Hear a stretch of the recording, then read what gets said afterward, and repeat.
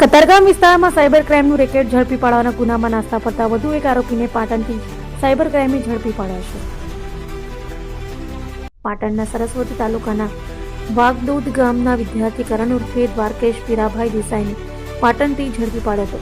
તો આ ગુનામાં અગાઉ મુખ્ય આરોપી નીત શાહ, યશ શિંદે, ઋષિકેશ સપકાળ, નિલેશ સોલંકી, પરેશ મોદી, જતીન ઠક્કર અને દીપકુમાર ઠક્કરની સાયબર ક્રાઇમની ટીમે ધરપકડ કરી છે।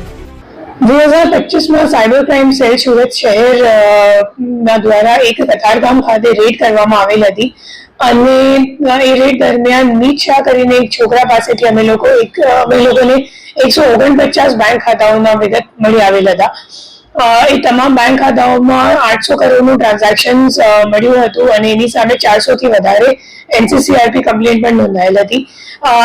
આ કેસમાં એક જે નાસ્તા પડતા આરોપી હતો કરણ દેસાઈ, એમને ગઈકાલે ધરપકડ કરવામાં આવી છે।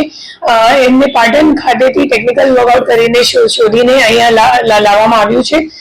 જે કરણ દેસાઈ છે એ ખરેખર લિયો પે 195 કરીને એક ગેમિંગની ફ્રેન્ચાઇઝી હતી। એ જતીન ઠક્કર જે મુખ્ય આરોપી છે આ કામનો, એમના પાસેથી એમને ફ્રેન્ચાઇઝી લીધી હતી અને આ ફ્રેન્ચાઇઝીમાં કામ કરવા માટે પછી નીત શાહને આપેલું હતું। નીત શાહ એમના માટે તમામ જે મૂળ એકાઉન્ટ છે એ એકત્રિત કરવાનું કામ અને પછી એ એકાઉન્ટ્સમાં પૈસા ચડાવવાનું કામ અને ટ્રાન્સફર કરાવવાનું કામ નીત શાહ કરતો હતો। અને જે મુખ્ય આરોપી છે અગાઉ પકડાયા છે એમનું નામ તો જતીન ઠક્કર। આ ગુનાના કામમાં કરણ દેસાઈ સિવાય અગાઉ 7 આરોપીને ઝડપી પાડવામાં આવી ચૂક્યો છે।